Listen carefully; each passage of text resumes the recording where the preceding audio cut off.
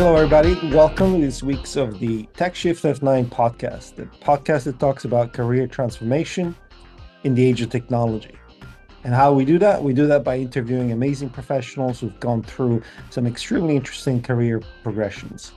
I'm your host, Maurizio, and today I'm absolutely delighted about having Roberto Capodieci on the show. Ciao, Roberto. How are you? Hey, ciao Maurizio, thank you for having me in the show. I'm doing all right. So Roberto is an amazing technology man who's been working for over 30 years in different technologies, in different jurisdictions, and with some very interesting companies, both as an advisor, as driving them in their technology development. Roberto, why don't you give us a very brief overview of some of the things that have peppered your experience over the years in terms of tech? Sure. I started to learn coding as a little kid, and then rather than playing video games, I started developing video game. I sold the first one when I was 10 years old. I'm cashing in Wow. quite well. I started the first company registered with authorization of the Court of Minors when I was 14. And that was a software house. I was doing several other things. We started doing software for company, ERPs, but also optical archiving of documents, all things that were a little bit ahead of the time. And I end up doing software for law enforcement to do investigations, pioneer phone record analysis of various kinds. So, and then I've been working also in the last 15 years in decentralization, decentralized systems. Yes. Amazing. So technology has really been all your professional life. And what's very interesting to me from your profile is that over the last 10 plus years, you have been focusing on bleeding edge technologies such as artificial intelligence, blockchain. But as you mentioned, you started with a high school degree and landed a role as an IT consultant to Italian police. I mean, how did that happen? It was very fun. At the time, actually, I was about 15, 14, 15. There was no laws about copyright, so intellectual properties in Italy. In fact, in front of every university, there will be photocopy shops. There will photocopy books of every professor. And software for computer was even less regulated because actually it was not regulated at all. So it was legal to download video games from the internet and internet, sorry, there was no internet, via modem from remote bulletin board systems, save them in disk and reselling them as, like applications. So I was routing about 10,000 floppy disks, 7,000 were sold. I was buying them at 640 lira, 670 lira each, and selling them 5,000 to 10,000 lira each. So that was a Nice. lot of money. And the routine was that a lot of kids were come to my house. Is Roberto home? Coming up, leaving 5 minutes later. I had a lot of money, and my parents didn't understand that I was doing piracy of software, Right. but they thought I was selling drugs. And they Oh, even started a rumor around so much that somebody came to me offering me a good business to import heavy drugs. And so I knew people at the police. I went to tell them there is being a big operation. A lot of people got arrested. And oh my gosh. after that, I became friend with these people. I went to see them, and they were all with a highlighter, highlighting phone number and calling phone number one with the other. Like they were estimating 3, 4 months of work just to see who called who between a set of phone number that they were controlling. And I was like, you do this by hand with the computer, you do this in 5 minutes. So I started working with the anti-drug unit of the Questura di Venezia, which is the headquarter office for Venice for the northeast of Italy at the end. And it's been an experience that really has been amazing. And I learned a lot of things that I don't think there is a school unless you become an investigator of Right. the police. And this put me in a very nice situation where I knew a lot of investigative procedure. I knew a lot of IT, so I started doing a lot of software to do investigations. So big data management with analysis, algorithm for analysis for behavior. For example, if somebody do certain kind of frequency of call, means he's the girlfriend. Other duration and frequency of call is the boss. You can see the profile of people. You can build the social network of a criminal organization just by analyzing their phone data. So I've been doing this.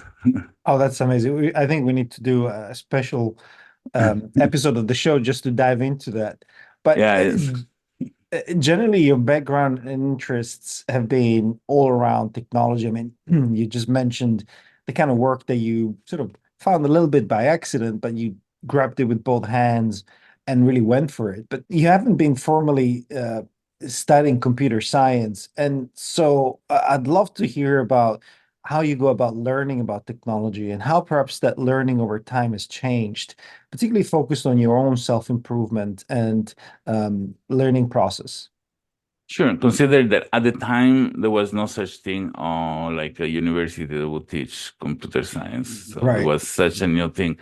There was one school, one high school, where they seems to have introduced computers. So I went there, all excited about seeing what I could learn. But honestly, after 6 months, they were just starting. This is the switch to turn on and off the machine. So I was really like they were very, very much behind what I was doing. So at the end, self-education has been the only means to get there. I was sneaking in the university to do business administration lessons, even though I wasn't registered at the university.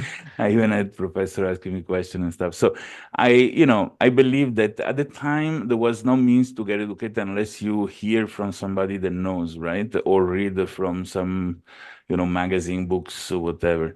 Today, the kids of today, if they want to learn something, everything is there in the internet. So there is no excuse anymore. Even English, I didn't study English in school. I learned it just by doing the sort of Rosetta Stone with manual where it was written into language and start to understand the meaning of some word. I would pronounce the word in a very horrible way because I use my Italian grammar to pronounce English word. Eventually I start traveling and I learn also to speak it. But yeah, I had French in school. Fair Je peux enough. parler français, pas de problème. But Oh, English, English has been. In fact, it's the beautiful thing about English that almost every word I know in English has a story behind. How I learned this word, who right. said this Well, you word, I didn't remember know. that. So fantastic. That's amazing. And over the years, you've been a successful consultant. You've provided a lot of specialized knowledge-based services to a bunch of companies over the years. I know now you're based in Asia. You worked for many years in the US. And you probably have seen companies operate in different sectors, different business models, approaches. Can you share perhaps some examples, some of the best practices you've seen in your career in technology, and how you've tried perhaps to implement them into your own business and your own dealings with colleagues and employees? All right. I mean, okay, I want to tell a short story that this can be a good analogy for Please. today's. I've been always in the, new technology, something new, and I always love to solve a problem that couldn't be solved before when there was no computers. In the past, I did the software for cutting marble for archaeologists to put together parts that were found, a lot of things like that. And there was in my town plenty because I'm from Venice, Italy. So there is a lot of picture developments, small studios at the time, and they had this big machine from Kodak where you put inside the roll and automatically develop the roll and print all the pictures out in one or two copies. And those shops were very small, people sitting there, just Homer Simpson pressing the button and doing nothing Right. else. One photographer, when he saw the digital camera coming out, he called me and I did all set up for him to do work with digital photos. And trust it or not, he's been the only one that survived because all the other end up Right.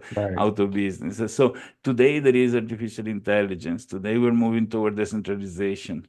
So it's going to happen a similar thing to business that don't surf the wave of what is coming, and they're gonna be left out of business because they don't have the attention. They are too comfortable sitting where they've been sitting for a year, thinking that nothing can change it to bring them out of business. But unfortunately, new technology do that. People need to upgrade and move on. So there are several now with artificial intelligence. Mostly there are several business that really need to rethink their business model very well. And one challenge for a lot of businesses is, particularly if they're in non-tech, which is most businesses, right? Is what technology to look into and how that's going to impact their business, really understanding something that could be quite foreign to them. For example, over the last few years, we've had a bit of a buzz with the metaverse, with companies jumping on the metaverse and then not really realizing what it can do. And I had a friend who was asking me a few years back, like, oh, should I just set up my shop on the metaverse and sell like digital versions of my products? I'm like, not really, right? That's really more of a place where you can engage for community building or create some extra value added services, not the same thing, just in a digital format necessarily. So, in your experiences as a consultant, how do you go about determining what are the technologies that actually will make an impact that you really need to pay attention into, and perhaps some of the things that are more buzzy or a little bit too much fashion around? Yeah, right. In the past decade, every year has been the year of something, right? The year of Right. artificial intelligence, the year of the metaverse, the NFTs, the cryptocurrencies, the ICOs, and so on and so forth. Surfing those waves is silly. You can give a temporary good outcome. I remember a company adding the name blockchain in their ICT blockchain, something like this was in Hong Kong, and the stock immediately skyrocketed because they had the name blockchain in the name, but had nothing to do with what blockchain was doing. And this is not a long-term solution, obviously. So following this buzzword, following this trend of the moment is something that should be considered twice, because investments sometimes are very big. And if it's not done because it's a necessity for the business, but just because somebody want to, ride the train of of the trend, is going to end up losing money at the end of the year.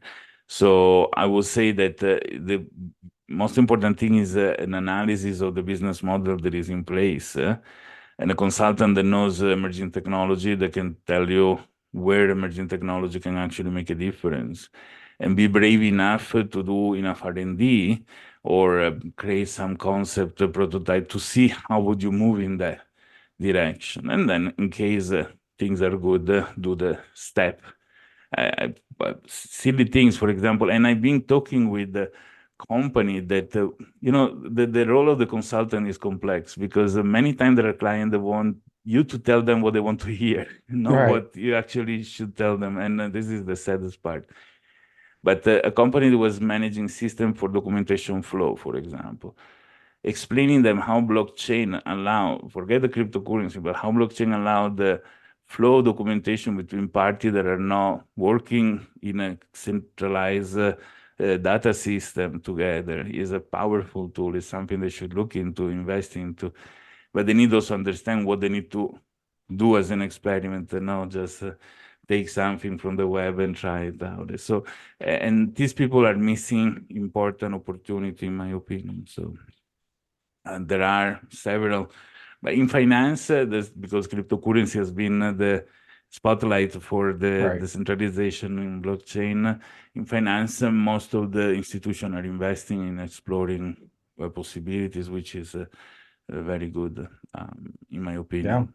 A lot of infrastructure investments. Absolutely agreed with you on that.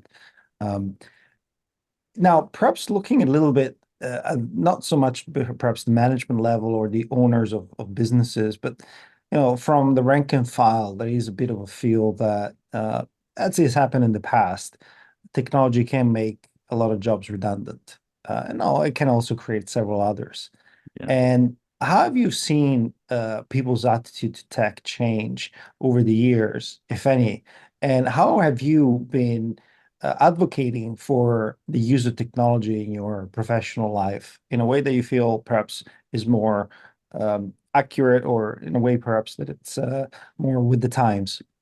Yeah, many make the mistake of thinking technology as an end, but technology is a mean for an end. There is whatever else has to be. Technology is just a tool, right? As many other.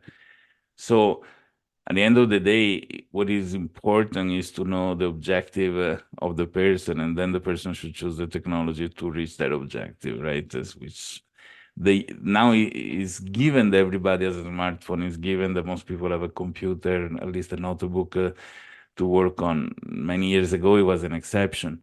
So I remember when email came out, they would say, you will never kill fax. Fax is so simple. You write, you put inside there. With email, you need to run the computer, connect to the internet. And then you were calling the person saying, I sent you an email, did you receive Right. it or not, right? Uh, and actually, time shown that nobody's using a fax anymore. Just banks, because the regulators validate the fax and hardly validate emails nowadays. So it is regulators are always a little bit behind A for little them. bit. They need to regulate new technology is a slow process. But in general, uh, technology that are considered to be nothing, mostly because they all go through initial bubble. Metaverse, for example. Metaverse is a strange thing. It's so connected to gaming. But I saw very beautiful use cases. For example, a company in Italy made a wine show where there are representatives of many different companies. And you can walk through this place, sit down, look at the bottles, and probably if you have a tasting in your home, you can actually taste while you are there in the metaverse. It is much, much nicer than looking at just a classic catalog, right? It's not practical, but it's the kind of experience that you need to have. In terms of psychology, for example, they notice that the need of human to stay in nature can be completely satisfied by virtual nature. Really? Even painting nature on the wall of the house rather than leaving it in a metaverse, it does the pretty much 90% the same effect than being in the real nature without the risk of being bitten by a snake, for example. I don't know, but so there are a lot of interesting use cases for in psychology, in construction, in engineering. I believe that the future is augmented reality. So the mix of the possibility to create item and the reality that we live in, because people need the confidence to know where they are, right? And still have things to work. But virtual desks are something that is absolutely done now. So people would not need to buy a physical laptop because the glasses that he's wearing can project a laptop and a keyboard that people can use. This is a very easy. The future, if I want to do the visionary in this moment, will be robotic with applied artificial intelligence. Robotic did a lot of incredible advance, but were very dumb, and programming that was very difficult, even robotic Mm. arms, other things. With artificial intelligence controlling them, they do incredible things. So 2024 is going to really reveal the possibility to have robotic stuff at home that are smart, and which is real smart and not smart of the use that we had Right. before. Smart TV, no, it's a dumb TV. And uh, and on the other side, this augmented reality. If I go walking around the street and my glasses tell me who's this person, was the last time I met this person, how can I congratulate about the daughter wedding or whatever? There's an help. Like everybody remembers everybody's birthday with Facebook, right? And Right. this is something that, oh my God, how you can think of, oh, can I remember my birthday? Never before. But so this sort of support people gonna appreciate, and you apply this logic into business, you can imagine the 10 times, 100 times fold the power that you can have. Totally, totally. Roberto, let's talk a little bit more about you specifically. Sure. In your career, what are some of the best decisions you've made for yourself in your progression? What are perhaps some of the worst? And the question I'm asking is if there is a lesson to be drawn from these experiences that perhaps the audience can latch on to. All right. Okay. I would say I always follow the gut instinct. I don't do much analysis of things. And I've been lucky. I've been in blockchain from day zero because I was already in decentralization following BitTorrent, for example. So I happened to be in the right place at the right moment by pure chance. I had no idea that all this revolution was going to come out. Artificial intelligence was pure curiosity, how I was the first driving car that was like long time ago, like 20 plus years ago, it was going at 3 kilometers per hour. Maybe. Right. So I had these things, just experimental, nothing applied, but a curiosity that brought me there. In terms of best decision, I would say there have been decision done by chance and and happened to be very good decision. Bad decision in being in investment. I am a horrible person to choose the right investment because I get excited for what people don't get excited. So I think I see the advancement that are too ahead. For example, I opened the first internet cafe in Italy, and people were Really no amazing. idea what to do. They were coming there in the computer. Sometimes people, I need to print a letter, but they were now using the fact that these computers were online, but there was not much at the time. It's when you see too much ahead, either you have Right. like a very long-term plan, or you end up being there too early is not good. And so also for decentralization, I invested a lot of money for a protocol to decentralize application, and it's beautiful. I had to put everything offline and save it for when it's going to be the right moment, because now we're still in the bubble of everybody talking without knowing what they're talking about, I guess. No, I get it. And particularly talking about the blockchain space, which, saw a massive boom with lots of hype a few years ago, and then several ups and downs.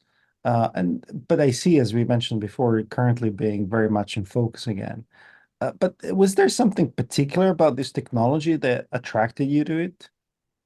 Honestly, I wanted to hack the BitTorrent protocol to do a decentralized file system. For people that don't understand the technicalities, like to have an hard drive that is distributed among many computers in a peer-to-peer network. BitTorrent index file by their unique fingerprint. So as soon as you edit the file, the indexing is lost. So I wanted to change that. When I was inside some use groups at the time, were something that was used the mail protocol, but were like forums. And in this decentralization forum, somebody sent me the code of the first Bitcoin node. In fact, I mine 6 blocks with a notebook connected via dial-up. So it was No way. three, two, no, 300 Bitcoin, which I formatted and threw away because I had no value, and it wasn't doing exactly what I wanted. But I remain, yeah, I cry sometimes if I think about it, the value that they Oh have my now. God. But well, at the time it made sense. Um, I remain into that, and eventually I've been part of a layer one implementation that was very interesting, because I'm not much interested on the finance aspect, so the cryptocurrency is too much regulated, too much complex, but the opportunity of decentralized application, this is exactly what I want: decentralized storage, decentralized voting, decentralized marketplaces, decentralized website, decentralized name servers. And this implementation was called NXT. Next has been the first non-clone of Bitcoin, and it was the first proof of stake. So also that emerging new technology too early for its time. So Hmm. really, it didn't go much ahead. Then now has changed name and things, but. And my second layer one, which I invented, architected, and produced, and cost me a few $1 million to do so, which is going to be good maybe in 3, 4 years now. It's too early, I guess. I mean, it's amazing that all you're sharing, and it's obvious that you have an incredible passion for technology, and I think you're putting yourself in the right place, hopefully at the right time, by just being so passionate about it, so interested, and so intellectually stimulated. But in this podcast, we talk a lot about hard skills, and obviously your career is an obvious testament to how to go about building hard skills. But what about soft skills? What's been your path in developing your people skills? Well, when you deal with developers, it's like to be a kindergarten teacher sometimes, because I mean, like the classic developer that knows things out of study is very linear, but you will never get any innovation from this kind of people. The real innovator are the psychologically difficult people, somehow, or Right. people that you need to understand. And that is a skill that require, because I started a lot of company, did several exits, so I acted as CTO as much as possible because that's really my role. But I've been CEOing also companies. So when dealing with people, you need to have a certain approach, and certain means also to get the best from people without getting them to use you and make money without delivering. It's complex because it's hard to verify. It is I think this aspect in managing the team for technology in a company is the best thing that I learned in so many years, so both on the direction and in the actual people management as a skill that is not directly technical, if you want. Yeah. Right, right. Just learn by doing. Roberto, one last question for you. if you were to look ahead in terms of your own career, your own aspirations, or your own goals, what's the path looking like for you? Right. A lot of people start working in a big corporation and then at a certain point get tired, then start their own small business. I probably want to go the other way around, like a soccer player that at a certain age become like the trainer of the team or something like that. I do believe that, I'm 50 next year, is an opportunity for me to contribute to a larger company where I can, work with a team of other professionals in this direction. That's something I'm exploring. I'm not in a rush, but if there is a nice opportunity, which some are opening actually, and also to visit a different country. It's almost 20 years that I am in the same place now as a base, and probably putting base somewhere else. I love the idea to stay in Japan, for example. Is something that I'm also looking at. That'd be wonderful. Roberto, we'd love to have you back, perhaps to give us an update about your movements and your situation, but it's been lovely talking to you. Thank you so much. Thank you for having me here.